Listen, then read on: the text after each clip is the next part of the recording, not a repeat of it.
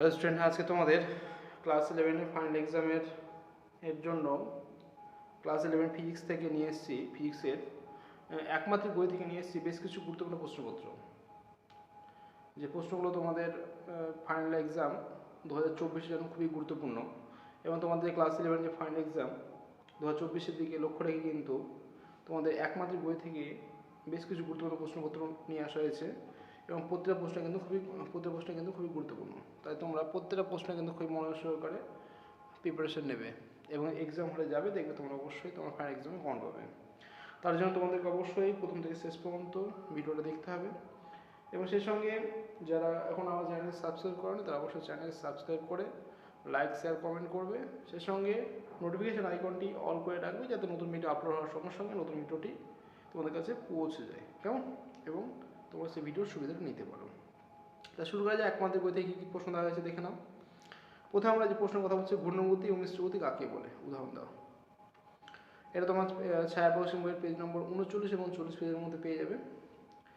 একটি বেলুন স্থির অবস্থায় ভূমি থেকে g/8 ত্বরণ নিয়ে উপরে উঠছে। বেলুনের উচ্চতা যখন h, তখন বেলুন থেকে একটা পাথর ফেলা হয়। দেখাও যে পাথরটি 2 × H/g সময় পরে ভূমিতে পৌঁছবে। তোমার এই প্রশ্নের অ্যান্সারটি পেয়ে যাবে ছায়া প্রকাশন বইয়ের কোশ্চেন নম্বর 2 এবং পেজ নম্বর 83 পেজ। একটি বস্তু কণার সরণ অতিক্রান্ত সময়ের ত্রিঘাতের সমানুপাতিক। কণা ত্বরণের প্রকৃতি কী রকম হবে?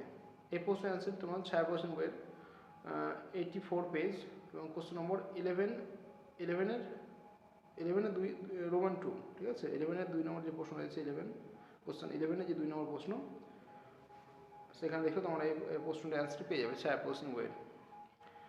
একটি গতিশীল কণার দূরত্ব সময়ের সমীকরণ x = 40 - 60²। এক নম্বর হচ্ছে কণাটির সর্বোচ্চ ধনাত্মক বেগ কত? কণাটির বেগ কখন শূন্য হবে? x মিটারে এবং t সেকেন্ডে প্রকাশিত। x মিটার এবং t সেকেন্ডে প্রকাশিত। এই পুরো প্রশ্নের অ্যান্সারটি ছায়া প্রকাশন বইয়ের 84 পেজ, কোশ্চেন নম্বর 15। এই দেখো, তাহলে এই প্রশ্নের অ্যান্সারটি পুরো পেয়ে যাবে।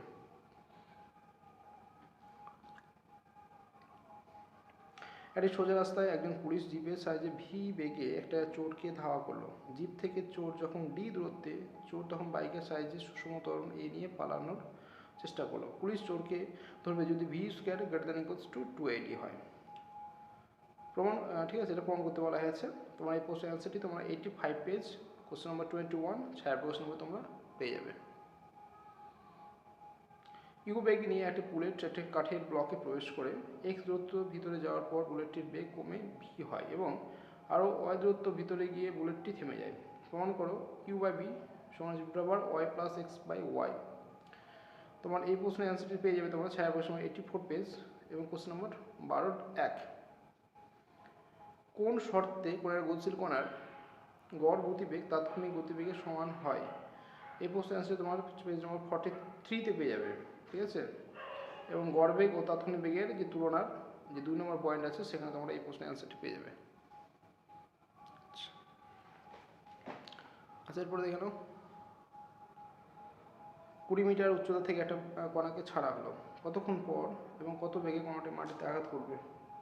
জি এর মান বলে দেওয়া আছে। এই প্রশ্নের অ্যান্সার তোমার ছায়া প্রশ্ন বইয়ের 85 পেজ, কোশ্চেন নম্বর 22-তে পেয়ে যাবে। সরণ সমালিখিত্রের নতি কোন ভৌত রাশি প্রকাশ করে? বেগ সমালিখিত্রের ক্ষেত্রফল কোন ভৌত রাশি প্রকাশ করে? এই পুরো প্রশ্নের অ্যান্সারটি তোমরা ছায়া প্রশ্ন বইয়ের 45 এবং 45 থেকে 40 পেজে দেখো, তাহলে পুরো প্রশ্নের অ্যান্সারটি পেয়ে যাবে। একটি বস্তু প্রথম 22 সেকেন্ডে 200 সেন্টিমিটার, পরে 4 সেকেন্ডে 220 সেন্টিমিটার দূরত্ব অতিক্রম করে। যাত্রা শুরু করার 7 সেকেন্ড পরে বস্তুটির গতিবেগ নির্ণয় করো। এই পুরো প্রশ্নের অ্যান্সারটি তোমার ছায়া প্রশ্ন 47 পেজ এবং কোশ্চেন নম্বর 2 যদি দেখো, তাহলে পুরো প্রশ্নের অ্যান্সারটি তোমরা পেয়ে যাবে। ওকে, তাহলে এই আমার চ্যাপ্টার থেকে এই কয়েকটা প্রশ্ন তোমাদের জন্য নিয়ে এসেছি। তোমাদের বুঝতে পারছি প্রত্যেকটা প্রশ্ন কিন্তু গুরুত্বপূর্ণ, তাই তোমরা পুরো প্রশ্নই কিন্তু খুব ভালো করে প্রিপারেশন এক্সাম হলে যাবে, দেখবে তোমরা কিন্তু অবশ্যই তোমরা ফাইনাল এক্সামে কমন পাবে, ঠিক আছে? তাহলে আজকে এই পর্যন্তই। খুব ভালো করে পড়াশোনা করো, ঠিক আছে?